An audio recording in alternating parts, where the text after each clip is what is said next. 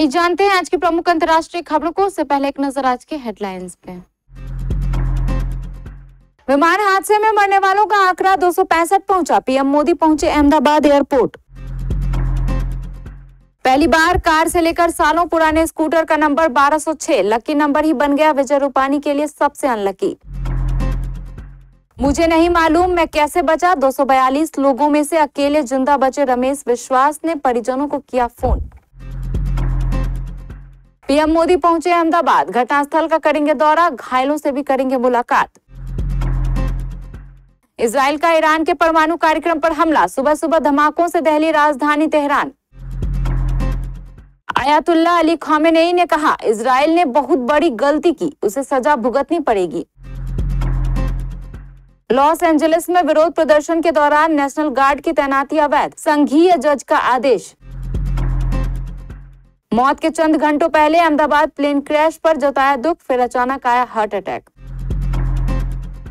हर दिन नए रिकॉर्ड तोड़ रही हाउसफुल 5। अब अक्षय कुमार ने खुद ही की फिल्म को छोड़ा पीछे। और सिर्फ 2 बॉल में ऑस्ट्रेलिया की पारी समेत दूंगा, कंगारुओं के परखच्चे उड़ाने वाले गेंदबाज का दावा। अहमदाबाद से लंदन जा रहा एयर इंडिया का विमान AI 171 गुरुवार दोपहर करीब 1:40 पर क्रैश हो गया।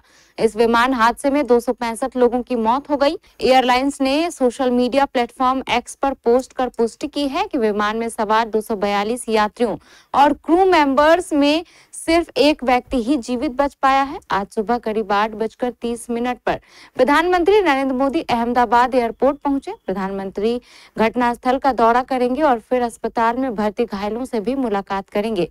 क्रैश में मारे गए लोगों की शिनाख्त चुनौती बनी हुई है और इसके लिए DNA सैंपल लिए जा रहे हैं। अहमदाबाद के सिविल अस्पताल में 265 शव रखे गए हैं। विमान दुर्घटना की 2 स्तरों पर जांच शुरू हो गई है, जिसमें एयरक्राफ्ट एक्सीडेंट इन्वेस्टिगेशन ब्यूरो और नागरिक उड्डयन मंत्रालय की एक उच्च स्तरीय समिति शामिल है। ब्लैक बॉक्स से दुर्घटना के कारणों का पता चलने की उम्मीद है। कल देर शाम केंद्रीय गृह मंत्री अमित शाह ने मौके पर पहुंचकर हालात का जायजा लिया। उन्होंने कहा है कि दुर्घटना के समय विमान में 1.25 लाख लीटर ईंधन था। धमाका इतना तेज हुआ कि किसी को बचाने का मौका ही नहीं मिला। सभी को बाहर निकालने का काम पूरा हो चुका है। DNA सैंपल लेने की प्रक्रिया भी जल्द पूरी हो जाएगी।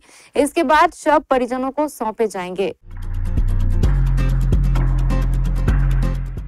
अहमदाबाद में हुए एयर इंडिया प्लेन क्रैश से पूरा देश सदमे में है। इस विमान हादसे में 265 लोगों की मौत हो गई। यह प्लेन अहमदाबाद से लंदन जा रहा था, जिसमें गुजरात के पूर्व मुख्यमंत्री विजय रूपानी भी सवार थे। वह अपनी पत्नी अंजलि और बेटी से मिलने जा रहे थे। विजय रूपानी के निधन की तारीख यानी 12 जून 12/6 से जुड़ा एक संयोग सामने आया है। पूर्व CM इस नंबर को अपने लिए लकी मानते थे। 1206 यह नंबर उनके लिए इतना खास था कि उनकी गाड़ियों का नंबर भी शुरुआत से यही रहा, लेकिन गुरुवार को यही संख्या उनके लिए अशुभ साबित हो गई। गुजरात के अहमदाबाद से लंदन के गेटविक जा रहे एयर इंडिया का Boeing 787 Dreamliner plane AI 171 take off के तुरंत बाद क्रैश होने के बाद से कई परिवार गहरे सदमे में है। इस घटना में एक अप्रत्याशित बात भी हुई, जहां विमान में बैठे 242 लोगों में से एक रमेश विश्वास जिंदा बच गए हैं। घटना के बाद उनका वीडियो वायरल हो रहा है। हालांकि इसी विमान में उनका एक और भाई साथ में था। अभी उसके बारे में पता नहीं चल पाया है। लंदन में रमेश के परिजनों से बात की। ब्रिटेन के लेस्टर निवासी रमेश विश्वास और अजय 2 भाई थे। परिवार के सभी सदस्य, पड़ोसी और दोस्त इस घटना से काफी परेशान हैं। विश्वास के एक अन्य भाई नयन ने बताया, हमारी विश्वास से बात हुई थी, वह अस्पताल में है और फिलहाल ठीक है, लेकिन दूसरे भाई अजय के बारे में कुछ भी पता नहीं है। हम लगातार जानकारी मिलने का इंतजार कर रहे हैं। नयन ने यह भी बताया कि उन्हें अभी तक कोई विशेष सहायता नहीं मिली है। एयर इंडिया ने फ्लाइट AI 171 पर सवार यात्रियों के परिवारों और प्रियजनों की सहायता करने और उनकी जरूरतों का ख्याल रखने के लिए अहमदाबाद, मुंबई, दिल्ली और गेटविक एयरपोर्ट पर सहायता केंद्र स्थापित किए हैं। यह केंद्र अहमदाबाद में परिवार के सदस्यों की यात्रा को सुविधाजनक बना रहे हैं। भारत के भीतर से कॉल करने वालों के लिए टोल फ्री नंबर 18005691 444 और भारत के बाहर से कॉल करने वालों के लिए 918062779200 जारी किया गया है। एयर इंडिया के एक्स हैंडल और वेबसाइट पर नियमित अपडेट जारी रहेंगे। पीएम नरेंद्र मोदी अहमदाबाद एयरपोर्ट पर पहुंच गए हैं। वे थोड़ी ही देर में घायलों से मिलने जाएंगे, घटनास्थल का भी दौरा करेंगे। इजरायल डिफेंस फोर्स ने ईरान पर हवाई हमले किए हैं। शुक्रवार सुबह ईरान की राजधानी तेहरान पर इजरायल ने हमला किया। तेहरान के कई हिस्सों से धमाकों की आवाजें सुनी गई है। इजरायल की एयरफोर्स ने ईरान के परमाणु कार्यक्रम और सैन्य ठिकानों को निशाना बनाकर हमला करने की बात कही है। इजरायल ने इस ऑपरेशन को नेशन ऑफ लायंस नाम दिया है। आईडीएफ का कहना है कि ईरान के पास परमाणु बम बनाने के लिए पर्याप्त यूरेनियम जमा हो रहा है, इसलिए ईरान को परमाणु हथियार बनाने से रोकने के लिए ये कार्रवाई की गई है। ईरान की जवाबी संभावित प्रतिक्रिया को देखते हुए आईडीएफ ने पूरे इजराइल में वार्निंग सायरन बजा दिए हैं। तेहरान के लोगों ने धमाके की आवाजें सुनी हैं और इसके वीडियो भी शेयर किए हैं। ईरान के सरकारी टेलीविजन ने धमाकों की पुष्टि की है। हालांकि तुरंत यह स्पष्ट नहीं हो पाया कि इजराइल के हमले का टारगेट क्या था और इनसे किस तरह का नुकसान हुआ है। हालांकि पश्चिमी तेहरान के एक इलाके चिटगर से धुआं उठता हुआ देखा गया। तेहरान में दूसरे कुछ ठिकानों पर भी हमले की बात सामने आई है। ईरान के सर्वोच्च नेता आयतुल्लाह अली खामेनेई ने कहा है कि इजराइल ने ईरान पर हमला करके बहुत बड़ी गलती की है और अब उसे कड़ी सजा भुगतनी पड़ेगी। उन्होंने कहा, आज सुबह इजराइल ने हमारे देश के रिहायशी इलाकों पर हमला किया।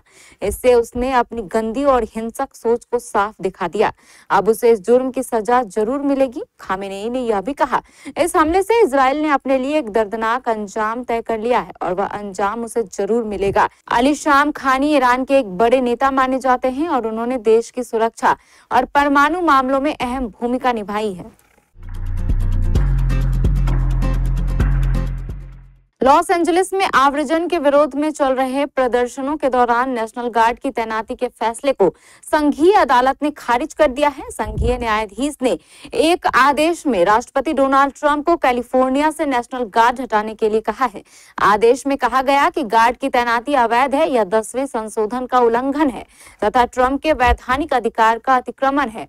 अमेरिकी जिला न्यायाधीश चार्ल्स ब्रेयर ने कहा कि आव्रजन दमन के विरोध में शुरू हुए विरोध प्रदर्शनों के बाद ट्रंप ने लॉस एंजलिस में करीब 4000 नेशनल गार्ड की तैनाती का आदेश देकर अपनी सीमा का अतिक्रमण किया है। कोर्ट ने कहा कि ट्रंप ने पहले ही गार्ड को उचित तरीके से नहीं बुलाया था। जज ने कहा कि इस देश की स्थापना एक राजा के प्रति सम्मान के रूप में की गई थी और संविधान सीमाओं का एक दस्तावेज है। मैं यह पता लगाने का प्रयास कर रहा हूं कि सीमाएं कहां खींची गई हैं।